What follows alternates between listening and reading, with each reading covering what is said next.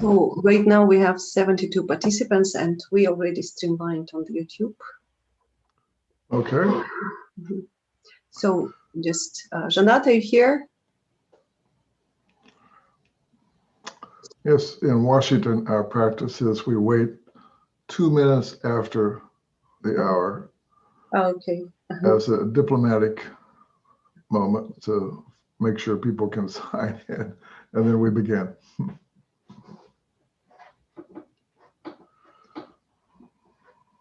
I see Fariza Beljan, but I do not see her face. Yeah, she's our marketing team member. She's doing the live stream on YouTube.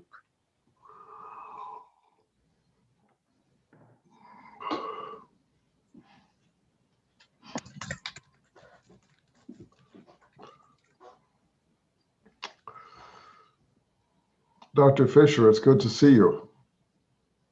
I look forward to your comments today.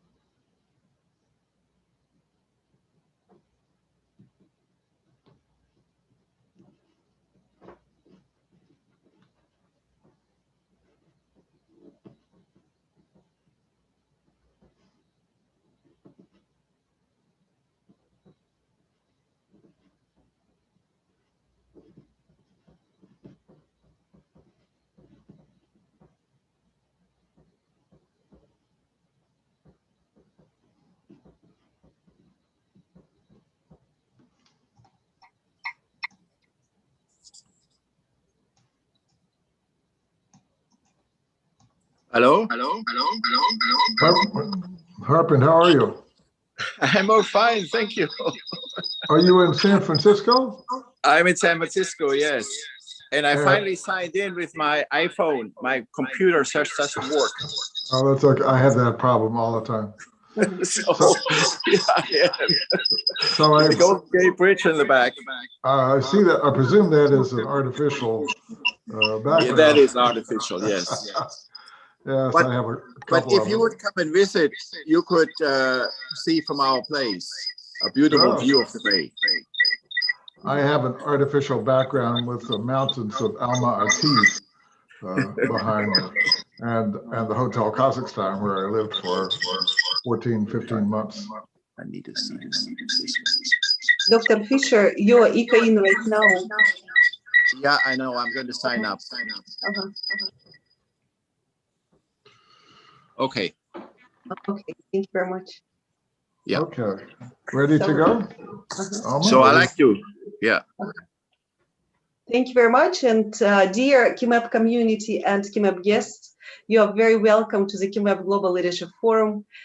This program aimed to enhance global leadership thinking and prepare young professionals in Kazakhstan and beyond for global career opportunities. The GLF is a platform where internationally recognized leaders are invited to talk about their exceptional leadership experience and thoughts about the world challenges and changes. The Global Leadership Forum is the possibility to enhance your knowledge and thinking about the leadership essential in the future world. Good evening, dear ladies and gentlemen, dear participants, dear guests, dear honorable speakers. Let me introduce Dr. Hartmut Fischer, our Executive Director from 94 to 96 of KIMEP, and our honorable member of the Board of Trustees. Dr. Fischer, floor is yours. Well, I can tell you it gives me just tremendous pleasure to welcome back to KIMEP, to the Global Leadership Forum, Ambassador Courtney. He was the first US ambassador to Kazakhstan after the demise of the Soviet Union, a true pioneer, laying the groundwork for a solid international relationship between the United States and the Republic of Kazakhstan. Ambassador Courtney is a true friend of Kazakhstan and a great supporter of KIMEP University. He held a number of very important positions in the US Department of State. To me, the most important contribution was his personal work related to the denuclearization of Kazakhstan. He also served as a corporate executive at the Computer Science Corporation, and today he's still very active at the US Kazakhstan Chamber of Commerce, at the RAND Corporation, and as chair of the Board of Trustees of the Eurasia Foundation. Now, here's the important thing. When I arrived in Kazakhstan, I got a phone call on my first day in my office at KIMEP. Here's what it sounded. This is Bill Courtney. I am the US ambassador to Kazakhstan. I want to welcome you to Almaty, and I would like to invite you to have breakfast with me tomorrow morning at the Dostik Hotel. What could be better? I was, of course, delighted. Ambassador Courtney understood how important an institution like KIMEP would be to the future of Kazakhstan. There was a total lack of human resources which would be equipped to deal with management issues which are part of a modern market economy. Much needed to be done, and Ambassador Courtney was committed to help. So we had breakfast to get acquainted, and then he invited the heads of the US corporations to his apartment for dinner. It was a wonderful evening when we talked about the future of Kazakhstan and the problems of these corporations that they had in finding employees. At the end of the meeting, during which we spoke about the importance of KIMEP in this process, Ambassador Courtney said the following: before you leave, I would like you to make an appointment with Dr. Fisher so he can visit you. And when he leaves your office, I expect him not to go away empty-handed. That was a tremendous help because it allowed us to support students via scholarships. So thank you, Ambassador Courtney, for your cooperation and for your contribution. Thank you very, very much. Welcome back to KIMEP University. Thank you, Dr. Fisher.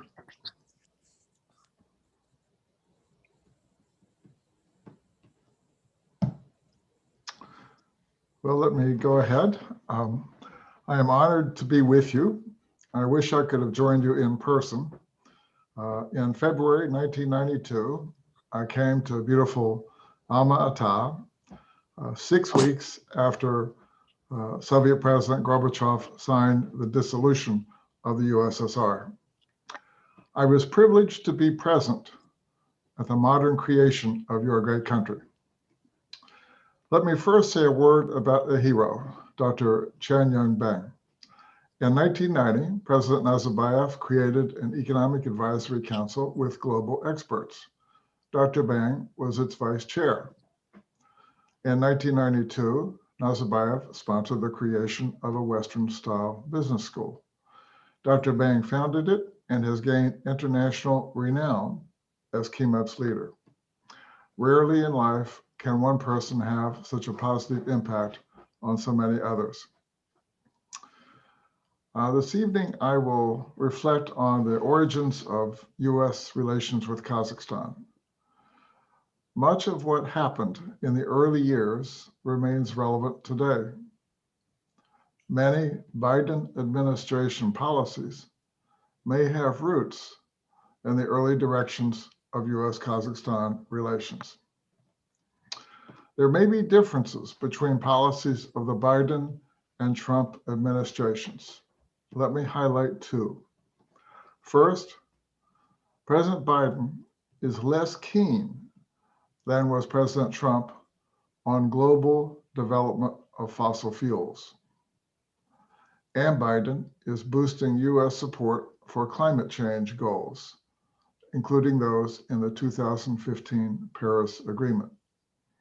It is unclear, however, whether Biden will be less supportive of Caspian energy development or American companies engaged there.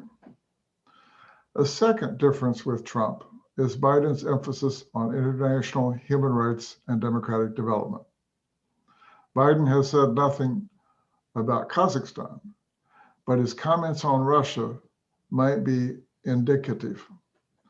On 23 January, the Biden administration condemned the use of harsh tactics against protesters and journalists in Russia.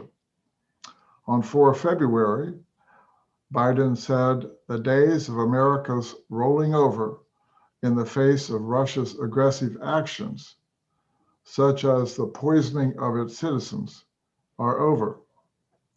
On 19 February, at the Munich Security Conference, Biden said, "We must stand up for our democratic values to meet the threat from Russia." Earlier this month, the West welcomed the dropping of charges against several Kazakhstani non-governmental organizations which monitor media, rights, and elections. The Biden administration will pay careful attention to these kinds of issues. Human rights defenders, such as Yevgeny Zhovtis, are well known and respected in Washington. Now let me turn to the early years. Prior to coming to Kazakhstan, I had spent many years dealing with issues of Soviet nuclear and space arms. I knew of Kazakhstan's role in their testing and deployment. From 1988 through 1991, I participated in US-Soviet arms control negotiations in Geneva. But more consequential events were taking place in Moscow. After the attempted putsch in August 1991, there was a lot of talk in Moscow about strains in the Soviet system and pressures that might pull it apart.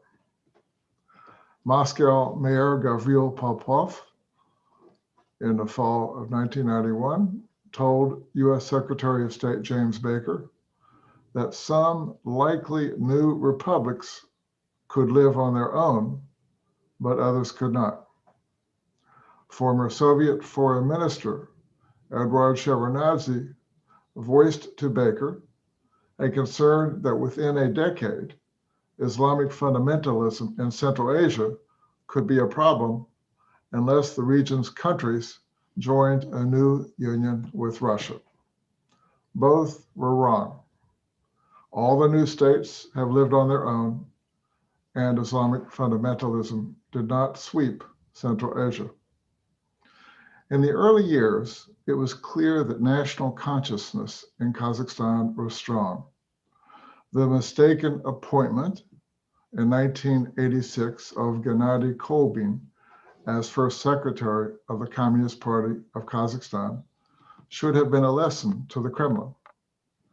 The advent of independence at the end of 1991 surprised some in Kazakhstan, but it was not wholly unprepared.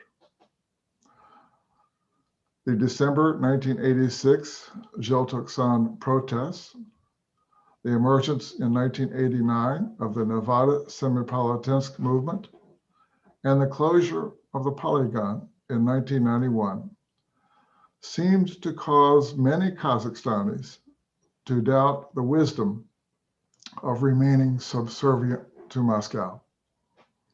In the early years, it was apparent to foreign diplomats that many Kazakhstanis embraced independence and new freedoms. Their country was no longer a victim of Soviet repression. Kazakhstanis appeared keen to control their lives and their country. Kazakhstanis rightly worried about future risks of Russian intervention. In August 1991, Nazarbayev wisely opposed the attempted putsch, but risks remained. In fall 1991, President Yeltsin warned that ethnic Russian-dominated parts of Kazakhstan and Ukraine could not secede from Russia. Fortunately, Yeltsin never acted on this warning. This is a credit to his democratic leadership, despite pressures from revanchists. Nazarbayev ably piloted Kazakhstan to independence while ensuring its territorial integrity. He prudently cooperated with Moscow when possible, and he did not unduly antagonize it. This helped provide a stable climate for the development of Kazakhstan's sovereignty. In September 1991, President Bush set forth 5 principles to guide U.S. policy toward the dissolution of the USSR. 2 principles were most important for Kazakhstan. Bush called for peaceful self-determination consistent with democratic values and respect for existing borders. At the outset, America gave, and it still gives, strong support to Kazakhstan's sovereignty, independence, and territorial integrity. This backing helped U.S.-Kazakhstan relations in the early years to become close and productive, and they have remained so. The Biden administration will likely seek to continue this momentum. In Secretary Baker's memoir, The Politics of Diplomacy, he speaks of Kazakhstan as an early priority. In September 1991, Baker flew to Almaty and discussed Bush's principles with President Nazarbayev. In turn, Nazarbayev explained how, on nearly every side, Kazakhstan was surrounded by great powers. The US, he said, could help ensure the country's peace and stability. In December 1991, Baker again flew to Almaty.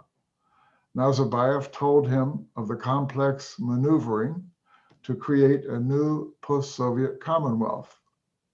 Baker raised 2 issues, the Nuclear Non-Proliferation Treaty and potential US humanitarian and technical aid. According to Baker's memoir, Nazarbayev said that if the international community recognizes and accepts Kazakhstan, we will declare ourselves a non-nuclear state. Nazarbayev also said he would welcome expertise from the West to help transform the economy. Kazakhstan made important early economic reforms in such areas as market pricing, creation of a central bank, and an overall government budget, and steps to attract foreign investment. Later, Kazakhstan wisely moved to a flexible exchange rate. The economy remains burdened, however, by excessive oligarchic economic control, much of it linked to the concentration of political power. Of special importance was the early development of laws, regulations, and policies to attract foreign energy investment. The Tengiz project, signed with Chevron in 1993, which now includes ExxonMobil, was the first huge project with foreign participation anywhere in the former Soviet space. Tengiz is the most productive Eurasian energy asset of the last quarter century. It is now undergoing one of the largest expansions in the world of any single energy project. Kashagan got off to a slow start, but is now producing. Investments at Tengiz, Kashagan, and Karachaganak have brought Kazakhstan enormous economic benefit. In the early years, another top US priority in Kazakhstan was denuclearization. The US backed Russia's becoming the legal successor to the USSR as a nuclear-armed state under the NPT. The US and the West urged Belarus, Kazakhstan, and Ukraine to cede their nuclear weapons to Russia and become non-nuclear weapon states. In early 1992, I had detailed discussions on nuclear arms matters with Nazarbayev and State Councilor Tuligin Zhukayev. They understood the broad international support for nonproliferation and the advantages of eliminating nuclear weapons from Kazakhstan. Nazarbayev and Zhukayev were also aware that vital energy and economic cooperation with the West could be impeded if nuclear issues became a sore point.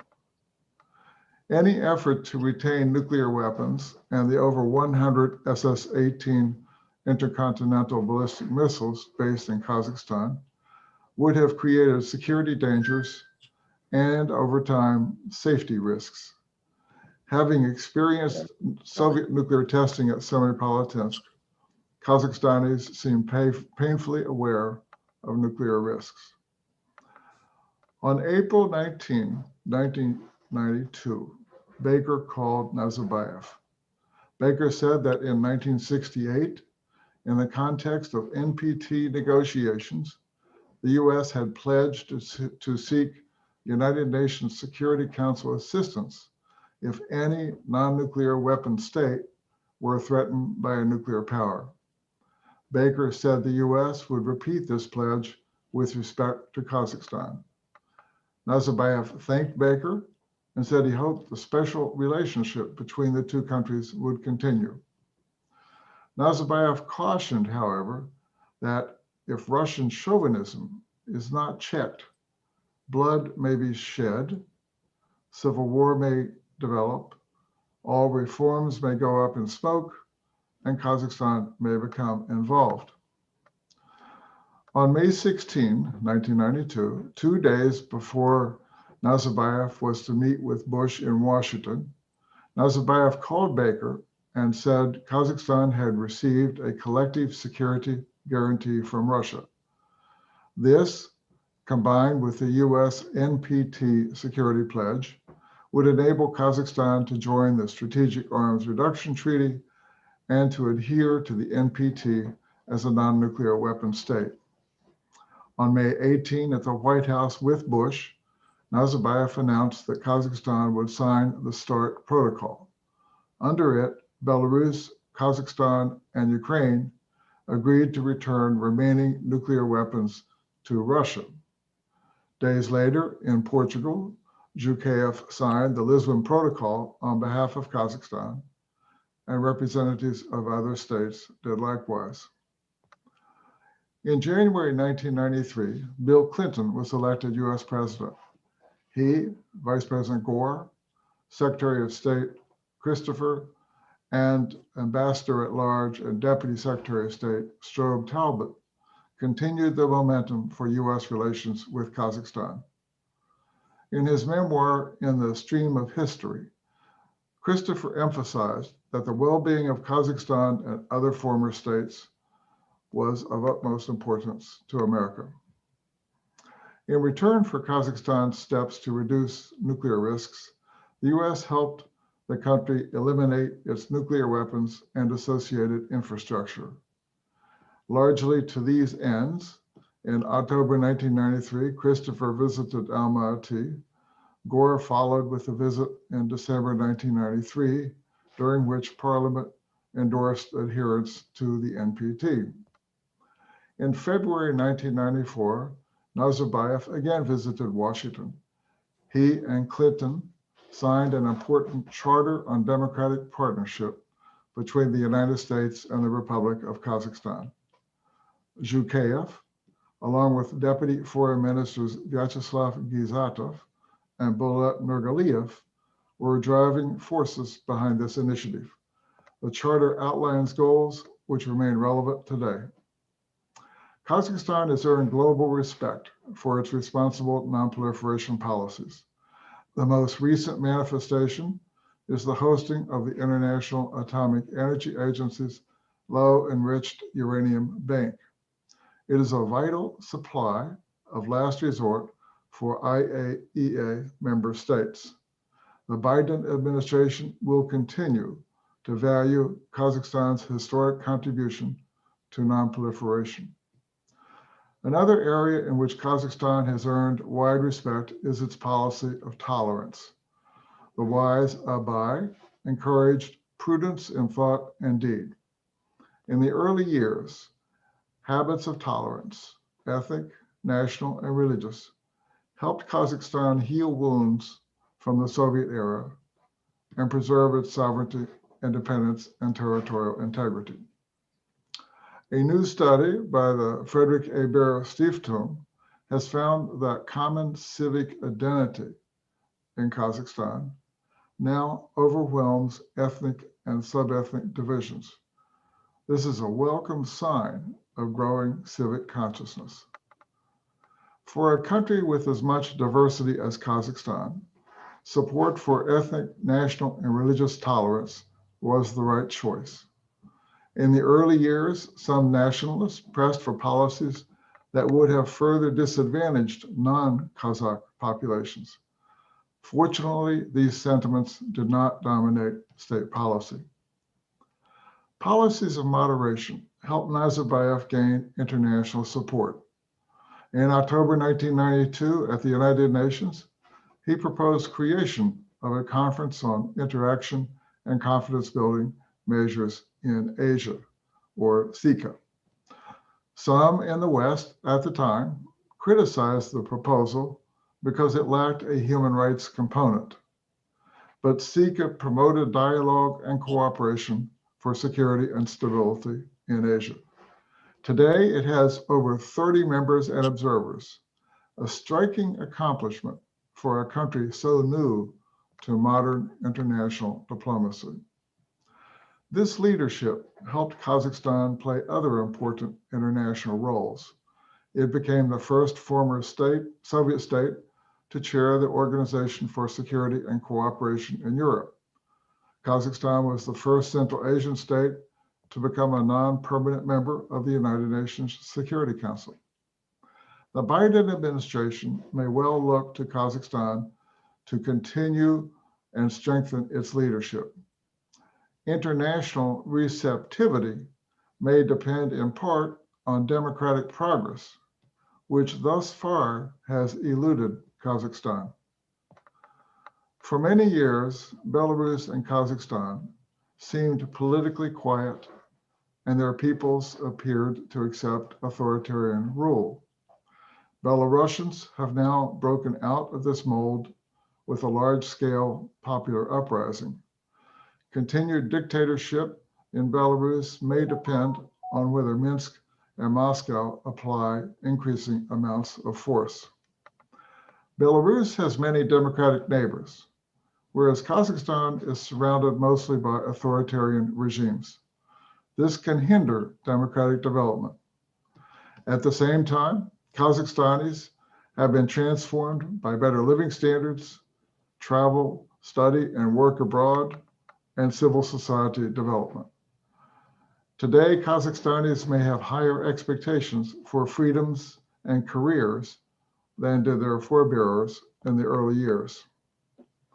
In a number of post-Soviet countries, including Kazakhstan, disgust with corruption seems to be rising. In Russia, this may be seen in the over 100 million YouTube views of Alexei Navalny's video on Putin's Black Sea palace. It is also seen in the frequency and geographic diversity of street protests in Russia. Since March 2019, protests in Kazakhstan seem to have become more frequent. As this review has highlighted, some of Kazakhstan's current policies and directions took root in the early years.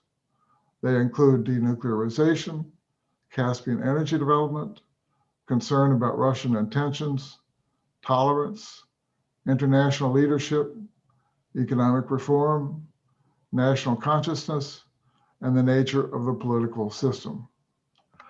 Not all current directions, however, have roots in the early years. A major exception is the rise of China and its economic dynamism. Cooperation with China is essential to Kazakhstan's economic growth and security. At the same time, repression of Kazakhs and other Muslims in Xinjiang has become an international crisis. Some Kazakhs have courageously exposed the horrors. In sum, US-Kazakhstan relations in the Biden era are likely to remain close and productive, but they could depend in part on progress in economic and political freedoms and responsive governance. Thank you very much.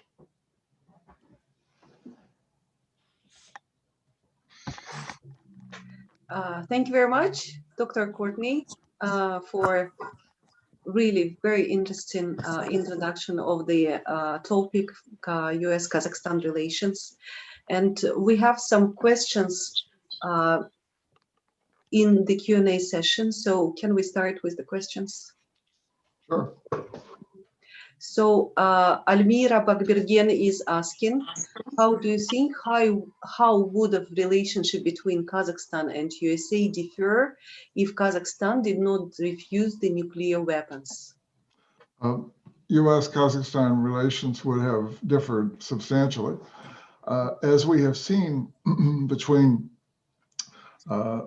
negotiations, international negotiations with regard to North Korea, Iran, Pakistan, the proliferation of nuclear weapons is regarded widely by the international community as a major threat to security and stability. So those kinds of difficult relations would have become potentially relevant to any former Soviet state which refused to give up its nuclear weapons. It had been accepted when the NPT treaty was negotiated in 1968 that Soviet Union, with Moscow, of course, with Russia now being the successor, the United States, China, Great Britain, and France would be accepted as nuclear weapons states. And the goal was to prevent proliferation beyond that. By and large, that's been fairly successful with some exceptions, of course, India, Pakistan, North Korea, Israel. Thank you very much for answer. And here is another question from Ms. Baghdad Alimkhan Qaza. First of all, thank you very much for giving speech tonight. My question is, according to your opinion, can Kazakhstan be the main moderator in Eurasian cooperation? If yes, why? And if no, still, what are the reasons? Thank you beforehand. So I'm not sure I understand the question. So can Kazakhstan be the main moderator in Eurasian cooperation? Okay, so Eurasian cooperation involves countries from including the former Soviet space, could include China, depending on how you define it, Afghanistan, of course, the rest of Central Asia. So the region is so large that no single country can be the moderator of a region of so many sovereign states. Countries can work together to form coalitions, and as Kazakhstan has done with SICA, countries can promote cooperation, try to achieve objectives. But the Shanghai Cooperation Organization also seeks to perform some of that. The Eurasian Economic Union seeks to play a role. The Collective Security Treaty Organization seeks to play a role. So no single country can do it all. But Kazakhstan has performed better than any other country its size in terms of building coalitions in the region and globally to exercise leadership.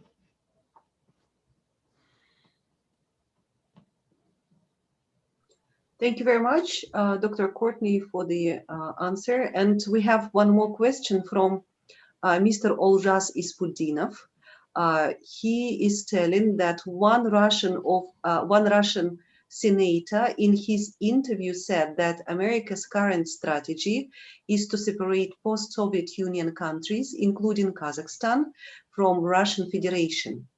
What is your opinion about this? And also in the postscriptum, he has mentioned that you have the great picture behind. Okay, thank you. So the United States encourages cooperation between Russia and the non-Russian republics, but with full respect for the sovereignty of each country. So for example, in Georgia, Mikhail Saakashvili did not do the West any favors by constantly taunting the Kremlin. In Ukraine, a similar thing happened with Yushchenko, who constantly taunted the Kremlin. That wasn't really helpful. So there's a great deal of respect for how skillfully Kazakhstan and President Nazarbayev have dealt with Russia. Kazakhstan has protected its sovereignty and territorial integrity. It has good and productive relations. But in Moscow, Kazakhstani representatives to the Eurasian Economic Union are known to be very effective in protecting the interests of the other smaller states in the Eurasian Economic Union. In the West, we think this is a matter between the states and all the states of the regions. For them, it's not for us to decide. But we are disappointed that the external tariff wall of the Eurasian Economic Union is as high as it is. We think trade would bring more benefit if the external tariff wall were lower. Thank you so much. And there is another question from Mr. Danyar Mashakov. Dear William, are there any chances that Kazakhstan may join NATO someday? Will Western powers accept our country, and would it be a wise decision? So that probably is a question for the far future, because Kazakhstan is far away from the current members of NATO. Turkey is the closest, if you will, but there's no border between Turkey and Kazakhstan. Georgia is seeking to become a member. Ukraine is now also seeking membership. But NATO is not so eager to expand its footprint, in part because there's a solemn pledge of defending a country if it's attacked. And so NATO needs to have a credible military capability to do this. So let me give you an example, make a comparison.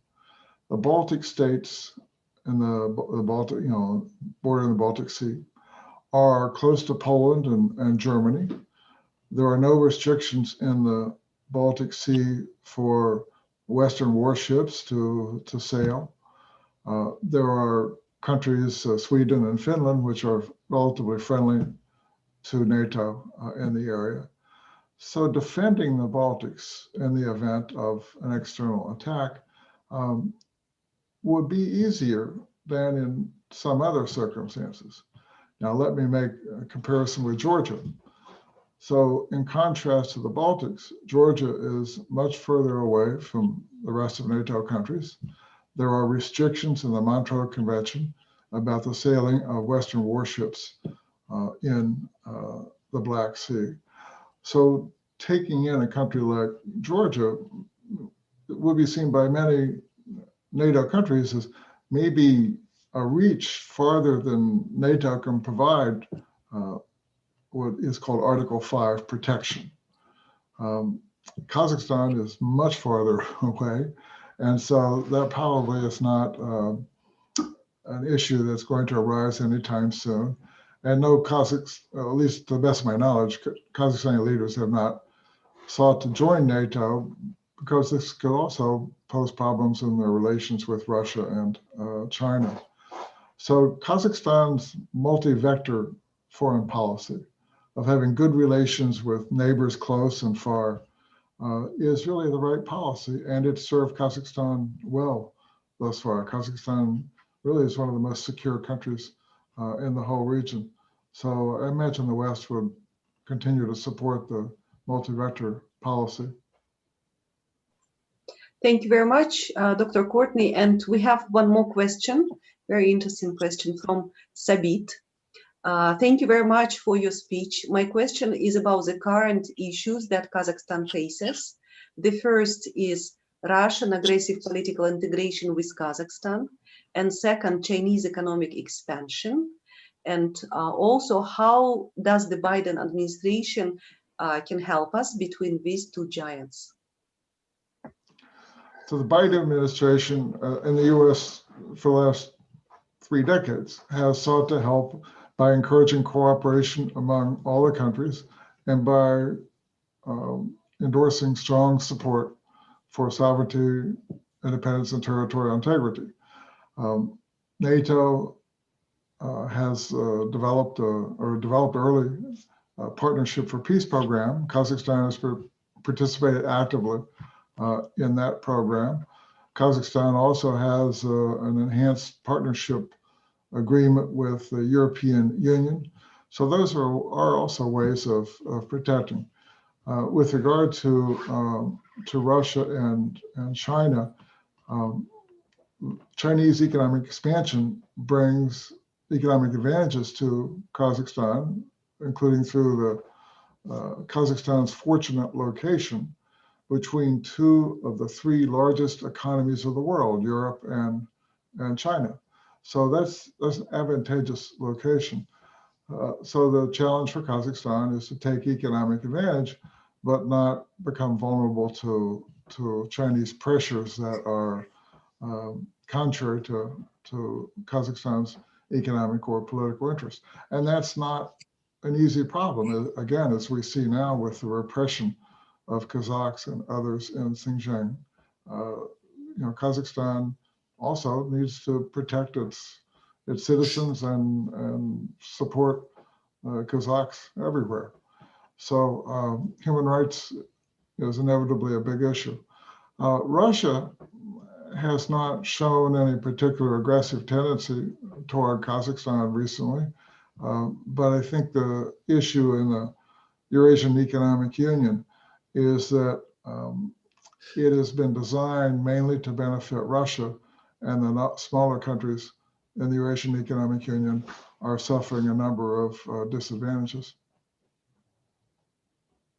Thank you so much. And there is a question from Ms. Kamila Mirvanova. Hello, Mr. Courtney. Thank you for your speech. And I have a question. Based on my own experience, when I asked my acquaintances whom they were voting for and why, mostly I got answers like, I don't like Biden. but I hate Trump. That's why I'm voting for Biden. So hypothetically, if there had been other candidates except Trump, how would it have influenced the electors' decision? What do you think? A good question. We do not know the answer. So let me cite an example. In general, democratic progress is aided by the development of political parties that are based on interests rather than on personalities. So, for example, in a country where political parties may be differentiated, one may be more conservative economically, another may be more liberal economically. Those are interest-based parties. Let me cite an example of a country I went to after Kazakhstan, Georgia. Georgia has had a succession of personality-based political politics. So Gamsakhurdia, Shevardnadze, Saakashvili, and now Ivanishvili. Georgia is undergoing a crisis right now because of too much influence in politics by one of these personality-based figures, in this case, Ivanishvili, and then Saakashvili in Kazakhstan is also, I'm sorry, in Ukraine is trying to play a role. So as Kazakhstan develops, it will be important for political parties to develop based on interests. For example, one political party might be more oriented toward rural voters, one more toward urban, one could be more oriented toward northern voters, more other to southern voters, to economic principles that are more liberal or economic principles that are less liberal. There are a variety of ways in which political parties can develop, but it's most important that they don't develop based on personalities. This is a painful lesson that we have learned in the United States with the cult of personality of Donald Trump. As you are reading, a lot of Republicans are quite uncomfortable with that.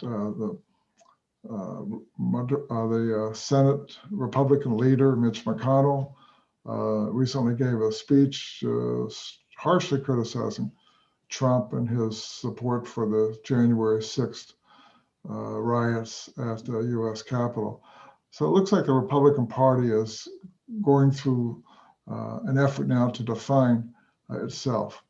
It is not guaranteed that the Republican Party will always be there. We've had political parties in the past. We had a political party called the Whigs at one point, which disappeared. The Republican Party is going through an internal crisis now about the extent to which it's going to be personality basis. We just don't know the outcome of that. But as we see in lots of countries, personality-based politics can be unhelpful. What we're seeing in Belarus now is opposition is more democratically oriented. Well, that's the interest-based politics. So that's the right way for things to go. And generally in Ukraine, there's been a fair amount of interest-based politics as well as personality politics. The Zelensky phenomenon was partly personality, but it was very much also discussed with corruption and lack of economic reform and low living standards in Ukraine that drove support for Zelensky and now has turned against Zelensky because he has not delivered on the economic reforms. So interest-based politics are really the way to go to strengthen a country over the long term. Thank you very much, Dr. Courtney. We have one more question from anonymous attendee, although the question is very interesting. How can Kazakhstan attract more investors' attention in the future? Once upon a time, I have read that in order to do this, we need to pay more attention to individualism and cancel several economic programs, for example, free schools or free hospitals. Will it work in our space, or there are better possibilities than this one? So the main obstacles to attracting foreign investment beyond the energy sector, which is an exception, Too much of the economy is controlled by just a small number of oligarchic groups. Too much of the economy is controlled by the state. So there are not enough opportunities. There is much too much corruption in Kazakhstan. It's possible to look every year at Transparency International Corruption Perceptions Index. You know, Kazakhstan has been far down for its entire time, as have a number of other former Soviet states. Foreign investors don't like corruption. It's a cost of doing business. It increases uncertainty and political risk. So finding a way to decentralize the economy, Kazakhstan has talked about privatizing state corporations for years. Virtually no progress has been made. So it's not hard, it's not rocket science. Privatizing, having open auctions for privatization so that they're fair and that Kazakhstan gets the maximum price for state enterprises.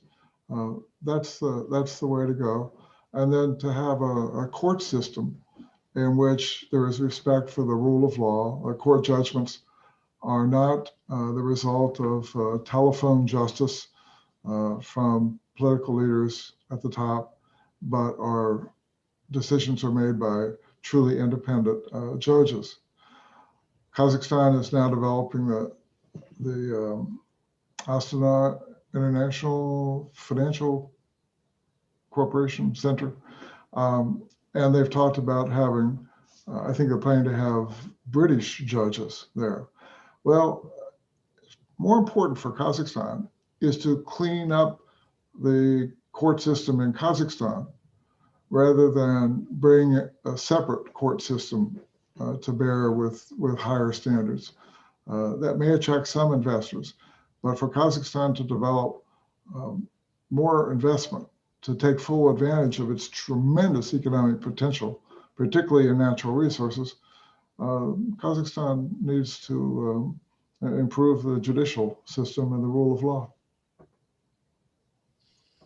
Thank you so much. There is a question from Mr. Baglan Kleshov. With an example of Russian protests, it seems that being apolitical is considered as refusal from influencing the future of your own country. So the question is, are apolitical people in the USA judged in the same way? So it depends on how you define apolitical. A person can be apolitical in the sense of not belonging to Democrat or Republican Party, but could still vote in elections and participate in the political process through joining civic groups or academic studies in politics or other things. So a lot of ways to participate. There's a difference between that and political apathy. Political apathy means people just think that nothing they do can make any difference. In Russia, that for centuries has been a big problem. And you still see this if you look at polls from Levada Center in Moscow and other things. A lot of people think that whatever they do won't make a difference. And authoritarian rulers and Soviet rulers before them tried to discourage people from participating in politics unless they were part of the Komsomol and coming up through the political system. So it's very important in all countries for people to play active roles. Doesn't mean they have to join a specific political party, but to vote, to take part in activities. And we are seeing now in Belarus, a lot of people who had not been involved in politics before, now coming out to really seek to promote freedoms in their country. So that's a very healthy sign of civic consciousness in Belarus, which we now all realize is higher than we thought before those protests began. The protests in Khabarovsk came as a surprise. traditionally, in the West, we have thought of Moscow, St. Petersburg, some of the other Western cities being more prone to have protests. But the persistence of those protests in Khabarovsk come as a surprise. It suggests that unrest or discontent in Russia is more widespread than people had thought before. And then, of course, in Kazakhstan, since March 2019,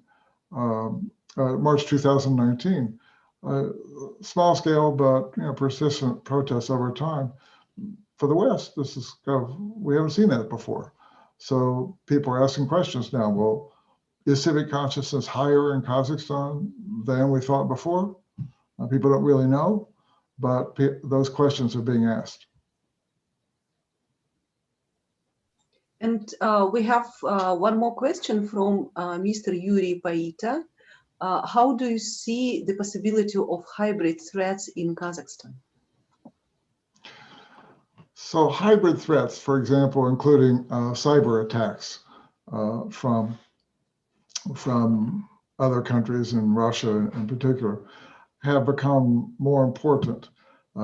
We saw in, I believe it was 2007, Russian cyber attack take down much of Estonia's internet, coming after Estonia made a decision to remove a Soviet soldier from one location, a monument, to another location.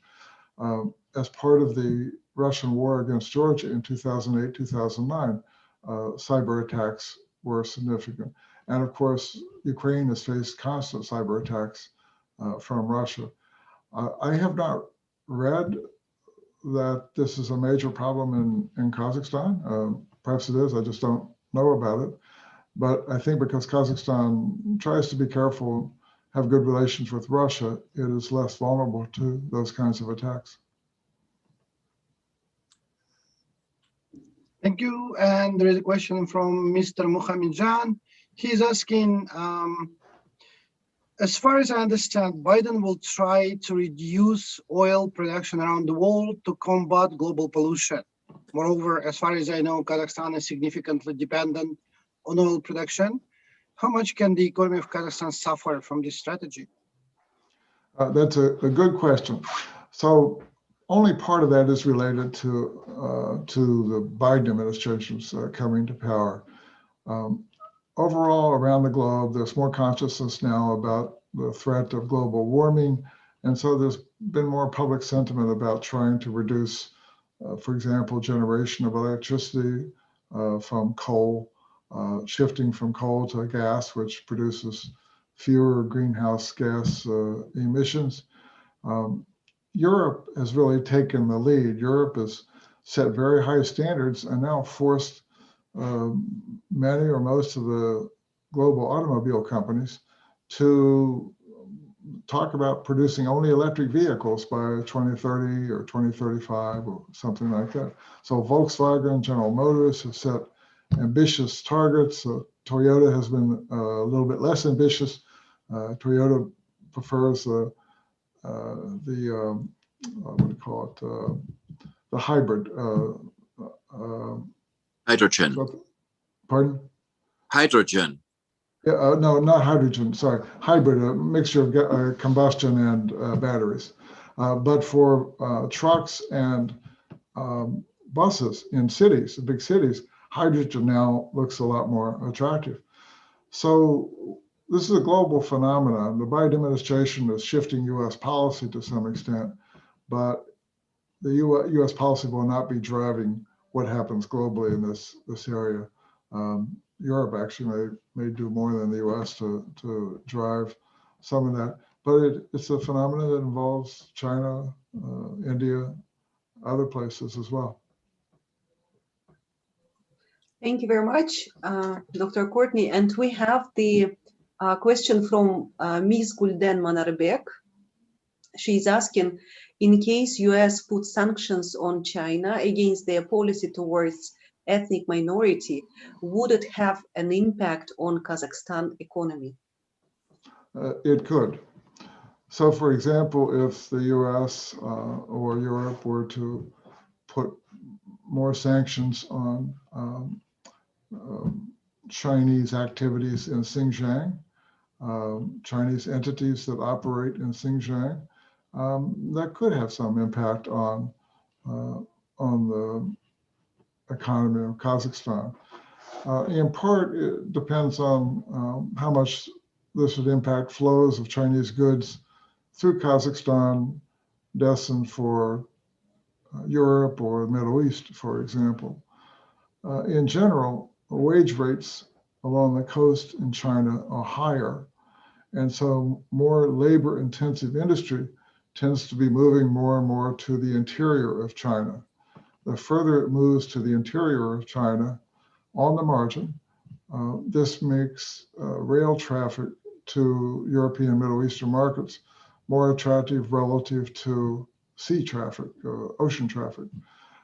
So there are a lot of dynamics going on there that have an impact on what will happen in terms of shipments through Kazakhstan, and how Kazakhstan's companies can be parts of global supply chains or regional supply chains that take advantage of that Chinese supply systems.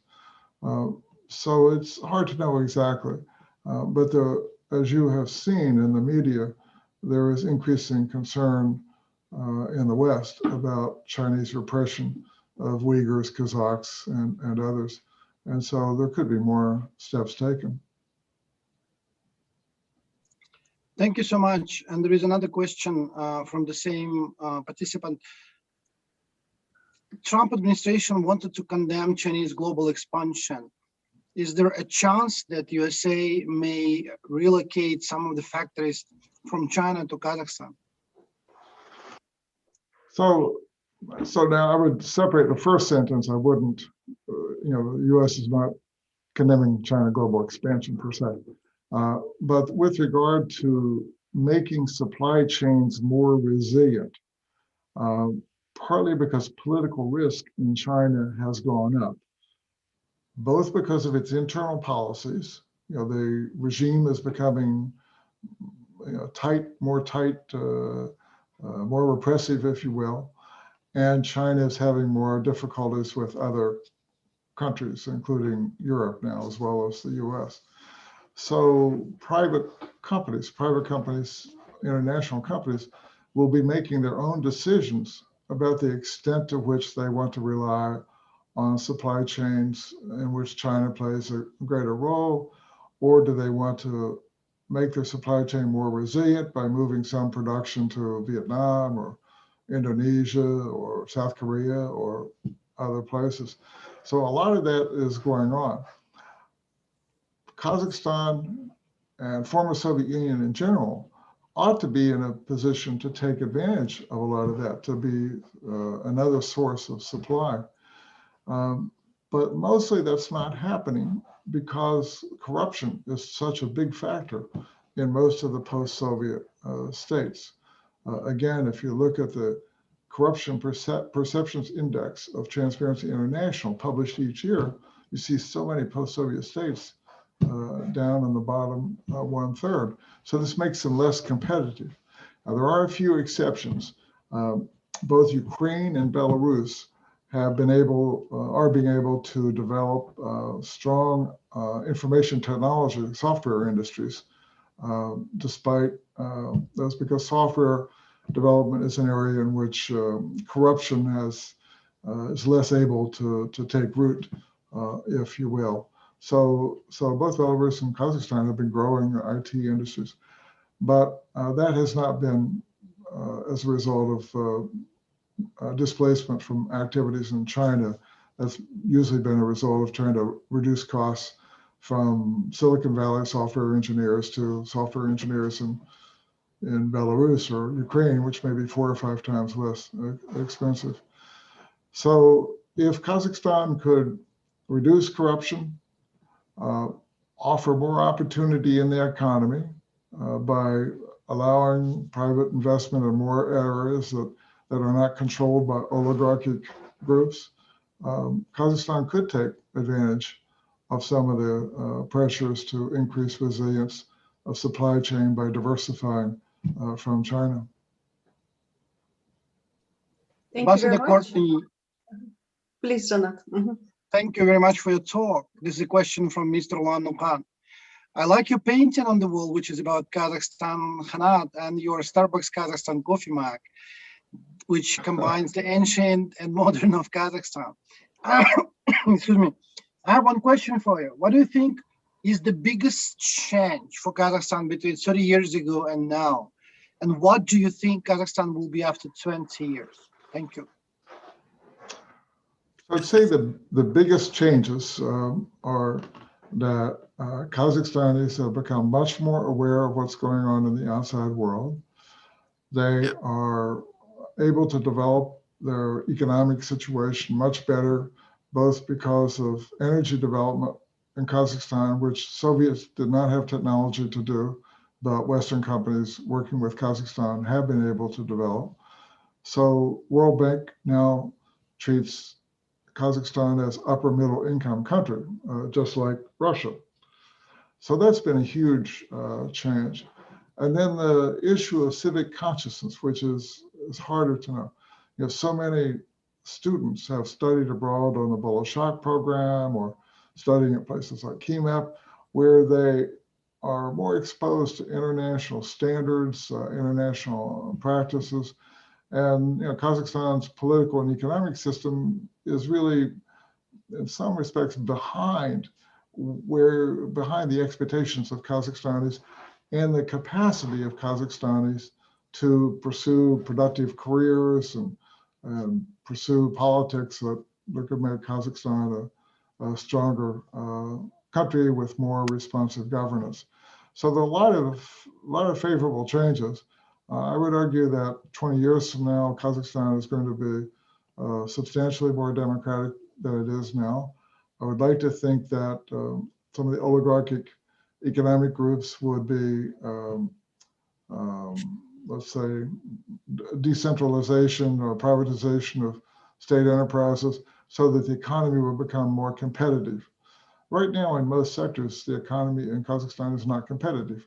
Only one or two producers for various things. So prices to consumers are higher than they should be. Kazakhstan has enormous agriculture potential, but it's been hard for that to develop, in part because people can't own land, buy it and sell it freely in a market. In America, we became wealthy the first half of our existence primarily because we had private land for agriculture and mineral development. Kazakhstan would do well to have private land. And of course, I realize this is an issue now of concern about Chinese coming in, buying up farmland. But moving ahead in a way that decentralizes the economy, that allows for more competition, reduces the role of the state in the economy. Those are the directions I think Kazakhstan will go in the next 20 years. Yeah. Thank you. Thank you very much. There is one very interesting question, actually two interesting questions from Ms. Dariga Shametova. The first question is about Trump has filed a lawsuit claiming that the votes were incorrectly counted. Is it possible that after repeated examinations, Trump will still be the president again? And the second question is Biden a continuation of the economic crisis or a long-awaited economic development? So Trump could be elected again, but it won't be on the basis of recounting of votes in the last election. Something like 80 courts around the United States have thrown out appeals by Trump's team for recounting votes because there's just been no evidence of any substantial vote counting that has been improper. But it's possible he could run again in the future. I personally think that Americans will tire of his excessive personality-based politics and that 4 years from now, he will not be as appealing to many Republicans as he is now. What was the second question? Is Biden a continuation of the economic crisis or a long-awaited economic development? So Biden has inherited an economy which grew pretty well under President Obama. Remember, there was economic crisis in 2008, 2009, global financial economic crisis. Obama came to power then as president, and the economy grew well in his 8 years. And then Trump came into president, the economy continued to grow well until the COVID crisis.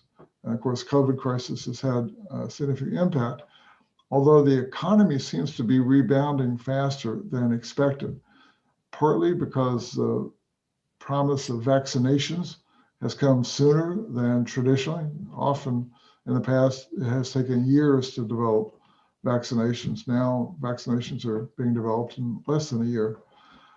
So that's had an effect. And then also, people have learned how to adapt themselves to crisis conditions. People wear masks now more often than they ever did before. So both of those have enabled the economy to come back. So I don't think there's an economic crisis. Actually, I think the economies will continue to grow.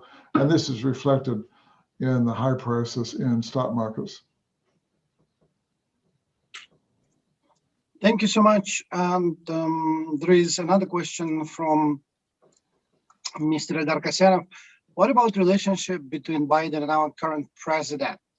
How's the relationship between the USA and Kazakhstan changed after the presidential posts changed in both countries? The presidential change in Kazakhstan, from the Western perspective, has not resulted in any change of policy. It seems like the new president may not be making most of the decisions. President Tokayev admirably has talked about allowing more political space for debate and openness for political discussion, but that does not seem to have taken place. Instead, the Siloviki have continued to try to repress and even toughen some of the laws there.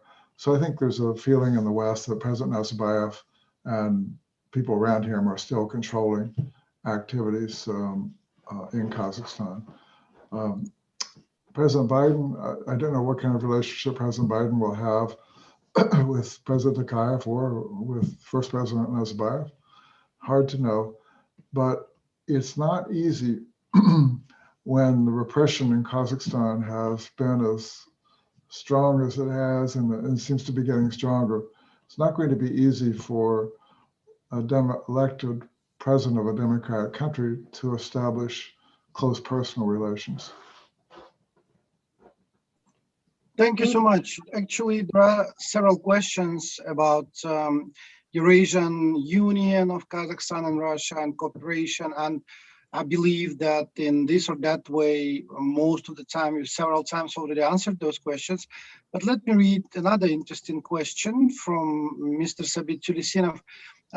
Dear Dr. Courtney, recently European Parliament has made a resolution regarding constant violation of human rights in Kazakhstan. Is there any chances of implementing sanctions against ruling political party? Is it connected with protests in Belarus or in Russia? The last question is about Belarus. Yeah, are these statements about human rights in Kazakhstan to some extent connected with or could have been triggered by protests in Belarus and Russia? So usually sanctions are used against countries with which a country may have an adversarial relationship. So Europe and the US have applied substantial sanctions against Russians over Russian aggression in Ukraine, both the annexation of Crimea and now the ongoing war in eastern Ukraine. There are likely to be other sanctions with regard to poisoning of Navalny, for example, with Novichok, which is a banned chemical agent. There could be some other sanctions. The Biden administration seems to be holding off, though, on some sanctions regarding the Nord Stream 2 pipeline, but it is sanctioning a couple of Russian companies, but not sanctioning any German companies. That's been a complex issue. So for the United States to sanction Kazakhstan, which has been a close partner, that would be a big step. I don't foresee that happening.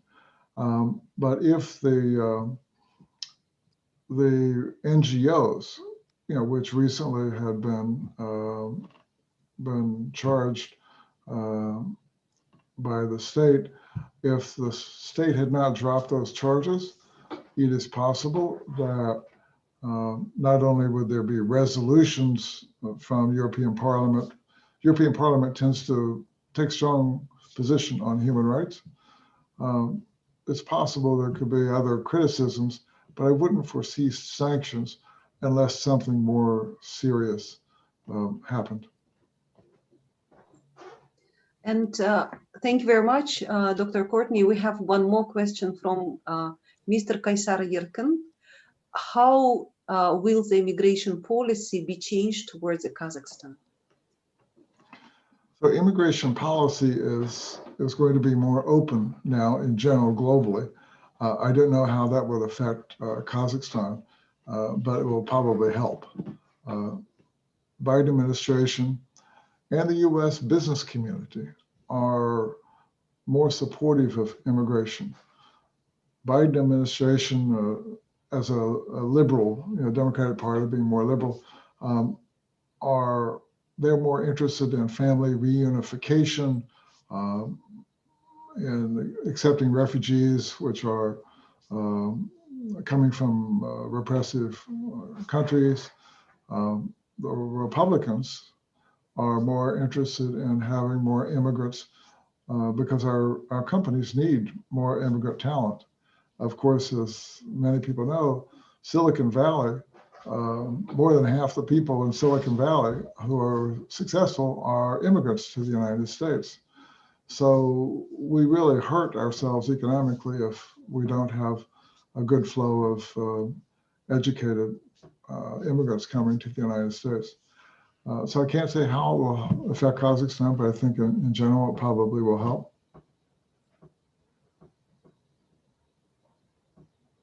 Thank you so much. And there is a question from Karina Muradbayeva. Dear Dr. Courtney, many thanks for today's forum. I have one question, which is kind of, which of the following do you think is the best for current COVID-19 situation in terms of creating some startup company, number one, in Kazakhstan, number two, in the USA, and number three, work with two countries at once?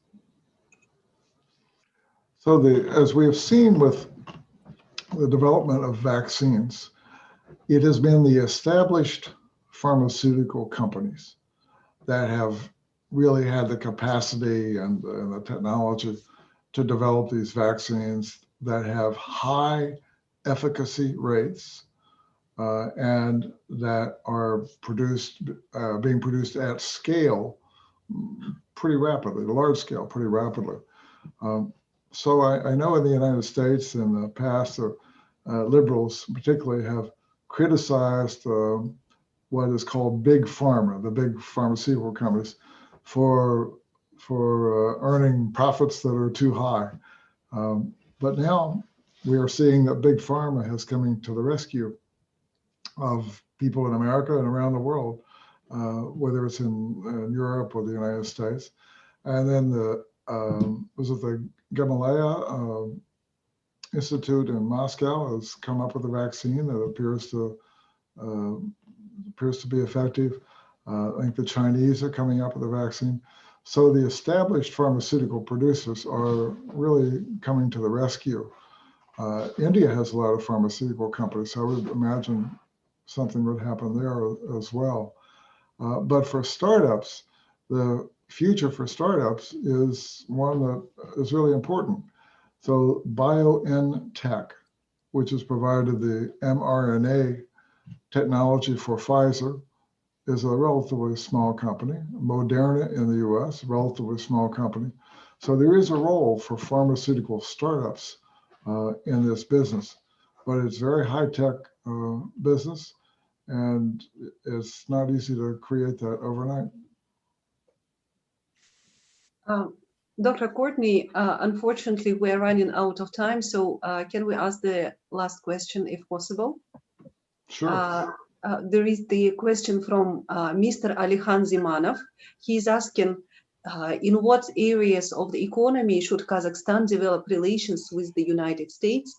Of course, beyond, like, except the oil and gas. Thank you very much. Yes, so that will depend on what areas of the Kazakhstani economy are become more open to foreign investment. So there are a number of areas where oligarchic groups control things, and there's just not many opportunities. There are also are a number of cases of corruption, where corruption takes place. There was a U.S. company that was considering investing in Kizlyurda, but it turned out that it just wasn't possible to do honest business there.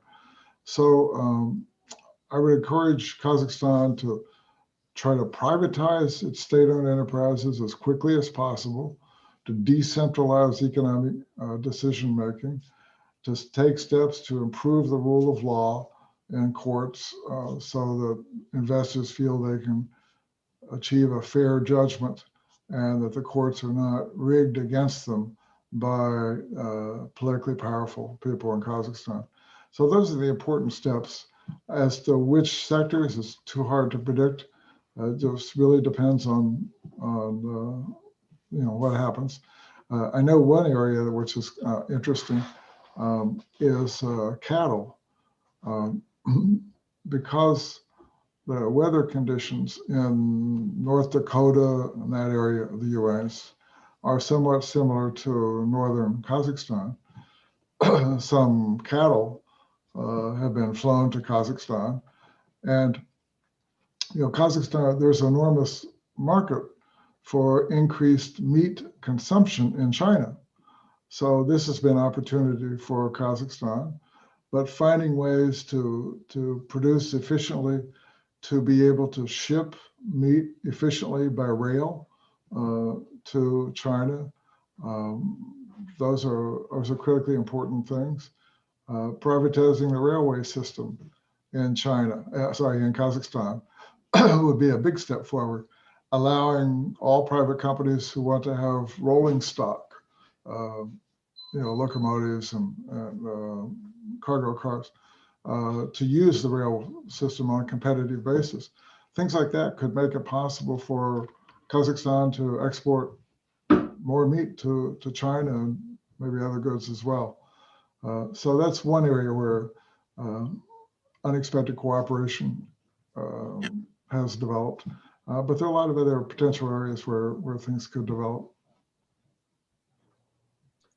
Dear Dr. Courtney, thank you so much for your answers. We have many more questions which are related to some extent to economic cooperation for Eurasia, for Kazakhstan being in between China and Russia, and what kind of development and what is expected to do, what Kazakhstan would be, expected to achieve in order to become one of the leaders, and so on and so on. I mean, in very many different instances, you have already answered those questions. And the most interesting for us was that we do hear, an honest opinion from the professional in this area. And we're so much thankful for you that you decided to give us your time, your valuable time to talk to us, to talk to our younger generation, which means that we do appreciate that very much. Thank you so much. Dear Dr. Fisher, thank you so much for bringing Dr. Courtney to talk to us. And it is also, very interesting for us that we do see a person who has seen Kazakhstan at the very beginning and to some extent also has influenced our directions and development. And I'm positive, and I'm sure that you've been talking to our president that time many times, and you've also, left your legacy with our development of the country. And we're so thankful for you. And we would like to welcome you in person back to Almaty. You will see how it changed simply physically. You will see how KMEP has changed tremendously. And we would love to have you here and welcome you here in Kazakhstan. Thank you so much. You're quite Thank you very welcome. much. And I would love to come to KMEP the next time I'm in Kazakhstan. Appreciate it. Harmit, thank you very much. It's great to see you. Thank you very much, Dr. Courtney. And we would also like to thank you separately for donating to the KMEP Scholarship Fund for Students. Thank you very much for your today's contribution to making the let's say, relations between US and Kazakhstan more clear to us. And we would like to wish you all the best in all your future projects and in all your future endeavors, and welcome to Kazakhstan, back to Kazakhstan. Great. Thank you very much. I appreciate it. This has been a great pleasure. Kazakhstan is a warm place in my heart. Thanks so much. Okay. Thank you. Thank you very much. Dr. Fisher, thank you very much.